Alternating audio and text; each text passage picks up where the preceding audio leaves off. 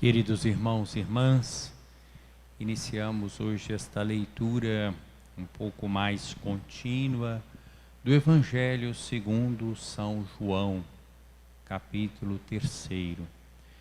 E a 58ª Assembleia Geral da Conferência Nacional dos Bispos do Brasil está se realizando neste ano de forma virtual, tem como tema central um destaque das diretrizes gerais da ação evangelizadora da Igreja no Brasil, que é justamente a valorização da Palavra de Deus expressa nas Sagradas Escrituras como luz para os nossos passos.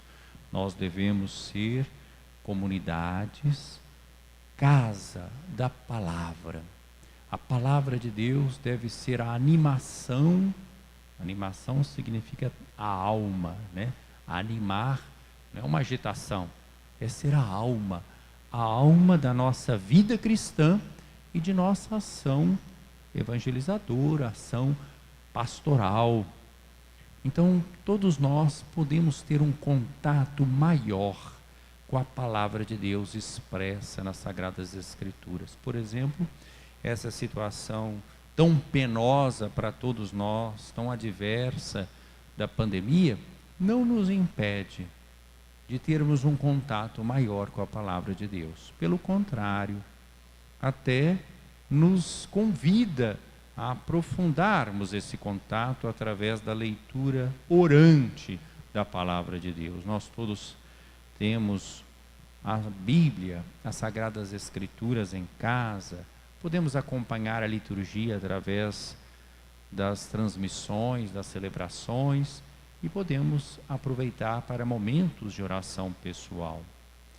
Vejam como nesse trecho do capítulo 3 de São João, há um diálogo de Jesus, com este que depois vai aparecer lá no final da vida de Jesus, providenciando inclusive, juntamente com José de Arimateia, o sepultamento de Jesus e as homenagens últimas de Jesus. Nicodemos, um membro do grupo dos fariseus, um chefe judaico, ele vai se encontrar com Jesus à noite, às escondidas, porque ele tem medo da opinião dos outros. Mas ele é um homem sincero. E vejam como Jesus nunca recusou na sua vida o diálogo. E quando a gente se debruça sobre as Sagradas Escrituras, não é simplesmente para a gente ter uma informação sobre aquilo que aconteceu naquele tempo.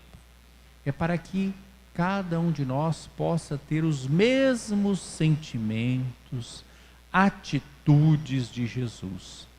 As Escrituras, com a graça que Deus nos concede, o Espírito Santo derramado em nossos corações, elas iluminam os passos da nossa vida e nos permitem uma configuração crescente a Jesus, um segmento de Jesus. Então essa postura de Jesus de diálogo é para nós um exemplo. Nós devemos ser pessoas de diálogo. Este chefe se aproxima de Jesus e o chama de mestre, Rabi. Sabemos que vieste como mestre da parte de Deus. Alguém que é mestre em Israel e reconhece que Jesus é mestre da parte de Deus. E isso ele faz não por uma deferência, mas reconhecendo nas atitudes, nos gestos, nos sinais de Jesus a presença de Deus. De fato, diz Nicodemos, ninguém pode realizar os sinais que tu fazes a não ser que Deus esteja com ele. Vejam, quando uma pessoa tem um coração sincero, mesmo sabendo que Jesus era mal visto pelas lideranças de Israel, ele é capaz de confessar a verdade. Ninguém pode realizar os sinais que tu fazes a não ser que Deus esteja com ele. É algo objetivo. Deus está com Jesus, senão ele não realizaria o que ele realizava. Nos faz até lembrar de um episódio lá no capítulo 9 de São João, em que Jesus cura aquele cego de nascença, E várias vezes aquele cego é interrogado, né, sobre aquela cura, e tem um momento que o cego diz assim, espantoso: vós sois mestres de Israel e não sabeis de onde vem esse homem? Ora, nós sabemos que Deus não escuta aqueles que se opõem a Ele, que têm um coração fechado, que estão no pecado, mas Deus escuta aqueles que realmente querem se aproximar de Deus. Ninguém jamais ouviu dizer que alguém abriu os olhos a um cego de nascença, como esse homem fez. E vós não sabeis de onde ele vem? O cego está mostrando com uma simplicidade de senso comum, de boa vontade. E aqueles líderes ficaram indignados com esta situação de desmascaramento da sua postura. Jesus, no entanto, diz a Nicodemos que, de certa forma, embora seja um homem de coração aberto, é um homem que está confiante também no seu conhecimento. Vejam como Nicodemos se aproxima de Jesus. Rabi, sabemos que vieste como mestre. Nicodemos diz: eu já sei. Embora reconheça que Jesus é mestre, ele se fia no seu conhecimento de Jesus. Aí é que está o perigo. Nós todos temos um pouco de Nicodemos. Nós às vezes achamos que nós podemos nos aproximar de Jesus com os nossos conhecimentos prévios de Jesus. E Jesus vai dizer: em verdade te digo, se alguém não nasce do alto, não pode ver o reino de Deus. Nesses dias a nossa comunidade paroquial se alegrou com o batismo dos catecúmenos. Na semana passada, na quarta-feira, batizamos 2 adultos, no sábado 5 crianças. Aqui é uma alusão ao batismo. Em verdade te digo, se alguém não nasce do alto, não pode ver o reino de Deus. Mas não como batismo só como um rito litúrgico, mas como essa abertura à ação do Espírito Santo que nos faz nascer de novo. Nicodemos não entende, embora seja um mestre em Israel, como é que alguém pode nascer se já é velho? Poderá outra vez voltar no ventre de sua mãe, né? Quer dizer, fica até ridículo o que Nicodemos está dizendo. Jesus está falando de algo muito mais elevado. Em verdade te digo, se alguém não nasce da água e do Espírito, não pode entrar no reino de Deus. Então é um convite a todos nós, não é só um ensinamento para Nicodemos, a termos uma postura de humildade. Estamos no tempo pascal, deixemo-nos ensinar pelo Espírito Santo. Vamos nascer do alto, da água e do Espírito, para entrar na dinâmica do reino de Deus. Quem nasce da carne é carne, quem nasce do Espírito é Espírito. Não te admires por eu haver dito, vós deveis nascer do alto. E mais uma vez, mostrando que esse nascimento do alto vem do Espírito, Jesus fala do vento, o sopro. O vento sopra onde quer, e tu podes ouvir o seu ruído, mas não sabe de onde vem, nem para onde vai. Assim acontece com todo aquele que nasceu do Espírito. Na primeira leitura de hoje, nós vemos, depois que Pedro e João foram libertados, né, depois de terem sido repreendidos, interrogados, a propósito da cura daquele paralítico, eles voltam para junto dos irmãos da comunidade e contam tudo.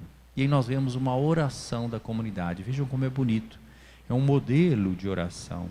É a comunidade toda que reza. Quer dizer, a oração não é só um ato intimista, individual entre eu e Deus. Mas a oração é um ato também comunitário. Nós, quando fomos batizados, nós fomos imersos no mistério pascal do Cristo e entramos numa comunidade de discípulos missionários, sobre a qual o Senhor soprou, como nós ouvimos no Evangelho de ontem, nesse domingo. Soprou sobre eles e disse: recebei o Espírito Santo. Jesus constituiu uma comunidade messiânica, comunidade dos seus seguidores. Então essa comunidade reza, fazendo uma leitura de fé da história, iluminada pelo Espírito Santo. Vejam que beleza de oração. Senhor, tu criastes o céu, a terra, o mar e tudo o que neles existe. por meio do Espírito Santo, disseste através do teu servo Davi, nosso pai. Aí é uma citação do Salmo. Por que se enfurecem as nações e os povos? Imaginaram coisas vãs? Os reis da terra se insurgem e os príncipes conspiram unidos contra o Senhor e contra o seu Messias.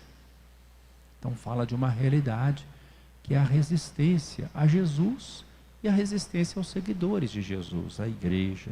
Foi assim que aconteceu nesta cidade.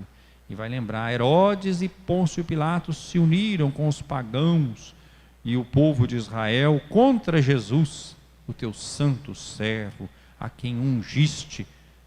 Estão vendo como é que as pessoas que estão fechadas para o Espírito se coligam contra Jesus, chamado de servo e ungido, e contra aqueles que são de Jesus. Por isso nós não devemos nos espantar quando a igreja é caluniada, perseguida, por dizer a verdade, por anunciar o Evangelho. Eles com isso acabaram executando Jesus, mas não impediram que o projeto de salvação de Deus se realizasse. E aí a oração continua: agora, Senhor, olha as ameaças que fazem contra a comunidade cristã, e concede aos teus servos, anunciem corajosamente a tua palavra. Estão vendo? A igreja é a comunidade que se reúne em torno da palavra. Estão vendo como é que a conferência dos bispos está totalmente de acordo com essa palavra? É pedido que nós tenhamos a força para anunciar corajosamente a palavra. Para isso nós temos que nos alimentar dessa palavra. Estende a mão para que se realizem curas, sinais e prodígios por meio do nome do teu santo servo Jesus, né?